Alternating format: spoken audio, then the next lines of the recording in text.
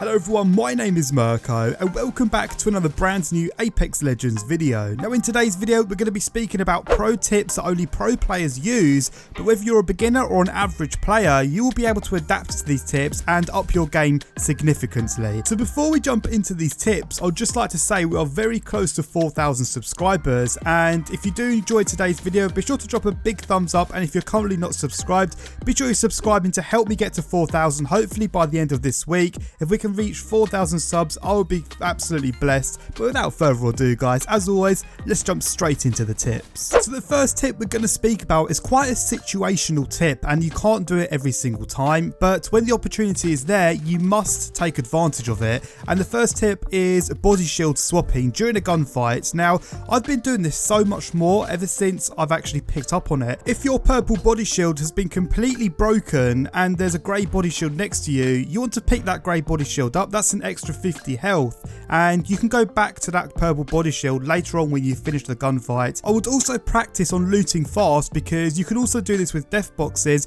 Go to the death box, quickly apply the body shield and go back into the gunfight. When you're in places like Skull Town where there's buildings around you, there will usually be grey body shields scattered around that area, so always make sure that you're looking around for a grey body shield during a gunfight rather than trying to pull off the hill, because healing up in this game takes ages and you only want to do it when you know you're in the clear. So the next tip we're going to speak about is building up a retreat instinct. Now, an instinct is something that comes with us naturally, but it takes a while to build up the retreat instinct. The more you play Apex Legends, the more you'll naturally start to retreat from a gunfight before it gets too dangerous and you have to fully commit. And being able to retreat almost immediately before it gets too late is something that pro players do on a very often basis. One thing you need to remember is that you can always go back to the gunfight, but you can't always bring yourself back to life if you go down. So it's always best to retreat safely and go back to the gunfight afterwards. If you feel like you've dealt more damage into the enemy,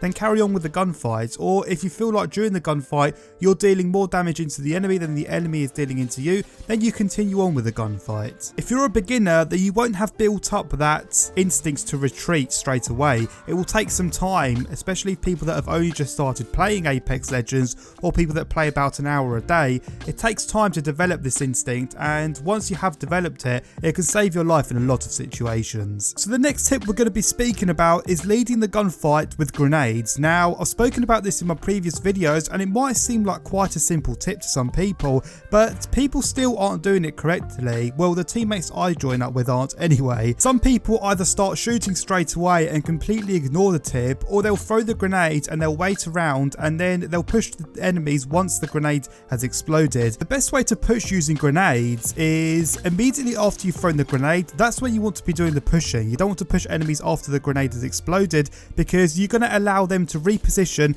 and the whole point of a grenade isn't necessarily just to damage the opponent, it's to force them out of position and cause them to panic, and that's a good way to close the distance between you and the enemy. But in the meantime, you throw the grenade, you wait for the grenade to explode, and then you run to your enemy. By the time you've run to your enemy, they would have had enough time to heal up and reposition, and it's a complete waste of your grenades. If you push the enemy just after you've thrown the grenade, by the time the grenade explodes, you would have been able to get close enough to start shooting at the enemy, and they would have already been weakened by the grenade, or you would have forced the enemy out of position and you would have caught them off guard. So the next tip we're going to be speaking about is gaining height during a gunfight. Now, this is mainly focused in up close gunfights, and gaining height up close is a very sneaky thing to do when you're engaging with enemies, and it's something that can catch them off guard, and you can lay an extra few more bullets into them before they realise where they're actually being shot from. Now, there's a few things to bear in mind to be able to pull this off. The first thing is the type of cover. You want to make sure the cover is above head height so the enemy can't actually see you climbing up, and secondly, you want to climb up when you're not in view of the enemy. So when you've retreated past the cover, that's where you want to climb above it, and the enemy is usually going to expect you to come out of the left side or the right side of the cover, but they won't expect you to actually climb up and start shooting from above them. It works almost 99% of the time, and it's something I use every game when I have the opportunity to do so. I actually made a whole video explaining in-depth tips on how to do this, because it's something that I feel like is very smart and strategic, but I basically made a whole video surrounding this gaining height during a gunfight. And if you guys want to check it out and you want to know more information on this tip, be sure to check out the description. I'll have the video attached. So anyway guys, that is going to wrap up this video on advanced tips that only pro players use. Now I might be bringing out a part 2 to this video because I've got loads more tips I want to share with you guys.